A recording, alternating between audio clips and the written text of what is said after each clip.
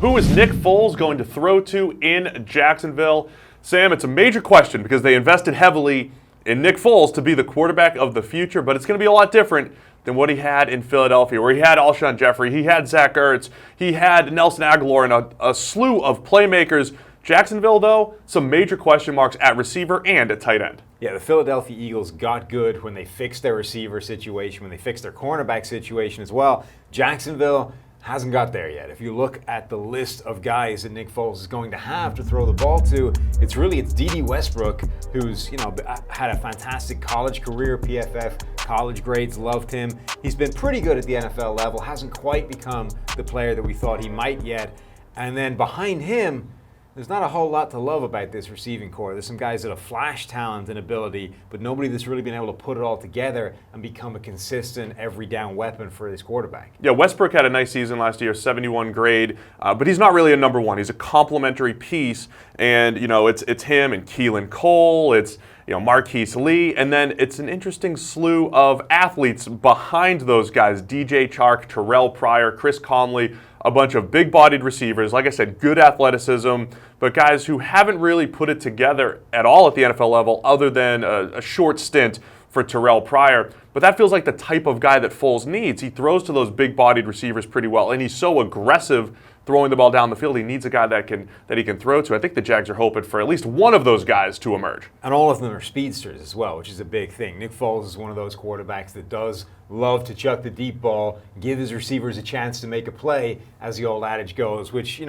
is good or bad, depending on how the receiver is going to get open, whether he's going to win those contested catches deep down the field. It feels like if you put all three of those guys together, you might get one legitimate, viable wideout for Nick Foles to throw to. So I think they're just going to throw all of them in the mix and hope that one of them emerges as a guy that can actually do that, can win deep down the field and win some of those contested catches, or just get open enough on those deep throws that Nick Foles can't miss it. That is one of the things that made Foles so volatile in Philadelphia. He has the two highest graded games of any Eagles quarterback over the last couple of years, so higher than Carson Wentz, but also has the three worst games.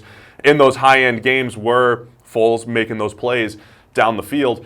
The other thing to look at is the tight end position. Another thing that the Philadelphia Eagles did extremely well with Zach Ertz, with Dallas Goedert. They just collected tight ends and then moved them all around the formation to create mismatches. The Jags tight end group, Jeff Swaim is in. They drafted a guy that we really liked, Josh Oliver, in the third round out of San Jose State, but he's a rookie. It's tough to completely rely on him, so they don't necessarily have the tight end talent as of yet to really exploit those mismatches. I would keep an eye on Oliver, though. Had the most contested catches of any tight end in the draft class. He could be a nice fit for Foles. Yeah, absolutely. I think the tight end is a position that they're going to have to lean on a little bit because of those receivers that we talked about out wide. And then the other thing to bear in mind is the backfield, because obviously Leonard Fournette was drafted to essentially carry this offense. And, they've discovered that he isn't really capable of doing that, or hasn't looked capable of doing that lately. So they've brought in some additional backup players. They've got Alfred Blue, who came over from a division rival.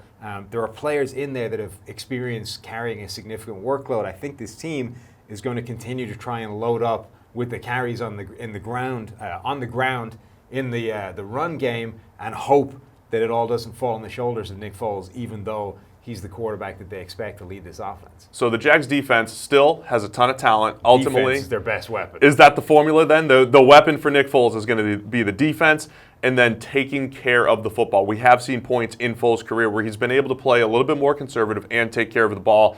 Maybe that's what the Jags are banking on. Just take care of the ball a little bit better than, say, Blake Bortles did, and make the key throws when you need to. Yeah, honestly, I think the biggest thing for this Jacksonville offense will be if the defense gets back to the kind of form we saw, where they were arguably the best unit in the entire National Football League. The talent is there. The ability is there for them to get back. If that defense is playing at that kind of level, they don't need Nick Foles to carry the entire offense on his shoulders. They just need him to be that game-managing style quarterback, the kind of guy who can give them a little bit extra and just make sure that the defense gets the wins they deserve. So there you have it. Nick Foles might not have the best offensive weapons, but the Jags relying on that defense once again like they did in 2017.